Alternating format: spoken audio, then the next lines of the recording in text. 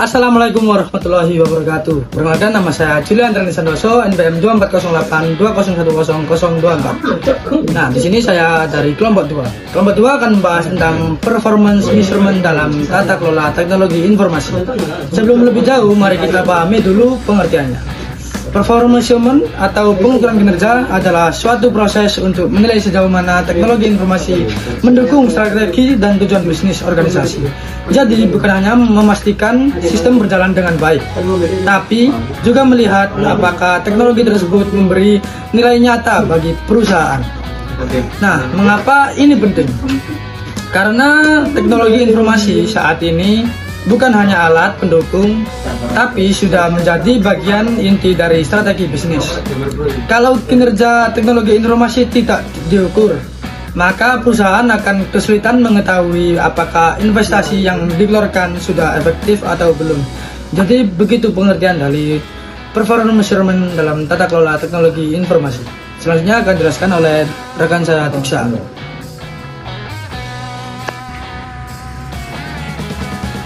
Perkenalkan, saya Muhammad Diksa Kirana dengan NPM 2408-2120001. Nah, setelah tahu pengertiannya, sekarang mari kita bahas tujuan dari pengukuran kinerja teknologi informasi. Secara umum, ada 4 tujuan utama. Pertama, memastikan bahwa teknologi informasi benar-benar mendukung strategi bisnis organisasi. Kalau strategi perusahaan ingin mempercepat layanan, maka teknologi informasi harus bisa mendukung itu. Lalu yang kedua, menilai efektivitas dan efisiensi. Artinya apakah sistem teknologi informasi berjalan dengan sesuai fungsinya dan tidak membuang-buang biaya atau sumber daya.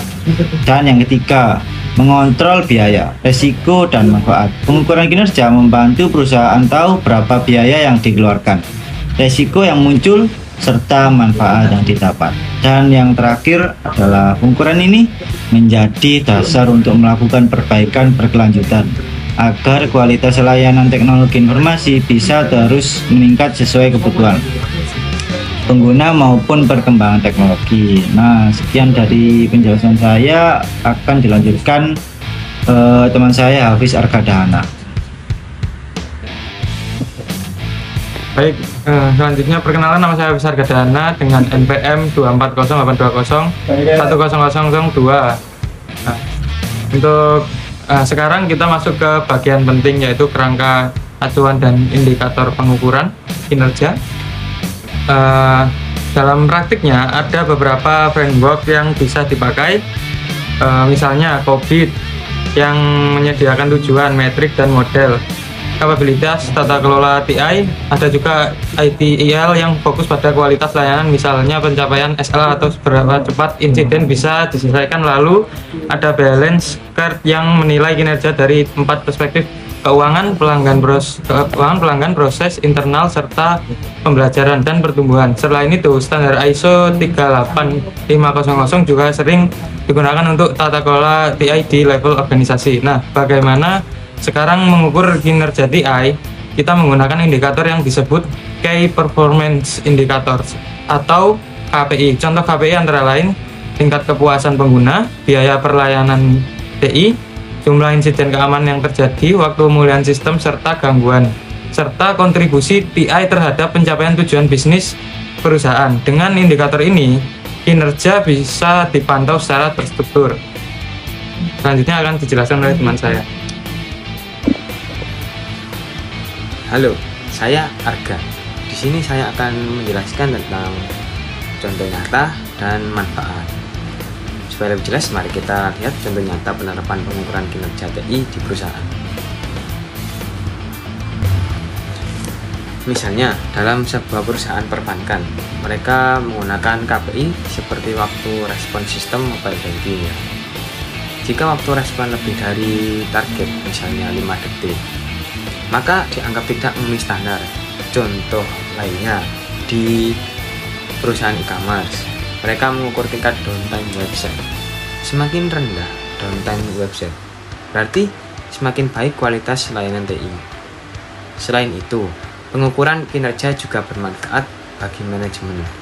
Dengan data yang terukur, mereka bisa menentukan prioritas investasi. Apakah perlu meningkatkan keamanan, mempercepat layanan, atau menambah kapasitas server. Jadi jelas bahwa performance measurement bukan hanya soal angka, tetapi juga alat bantu pengambilan keputusan yang strategis.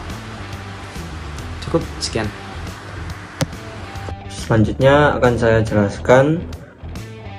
Saya Ahmad Wahid Fadila dengan NPM 240 820 10027.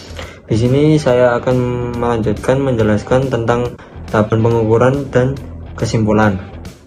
Lalu kita akan membahas bagaimana tahapan melakukan pengukuran kinerja TI.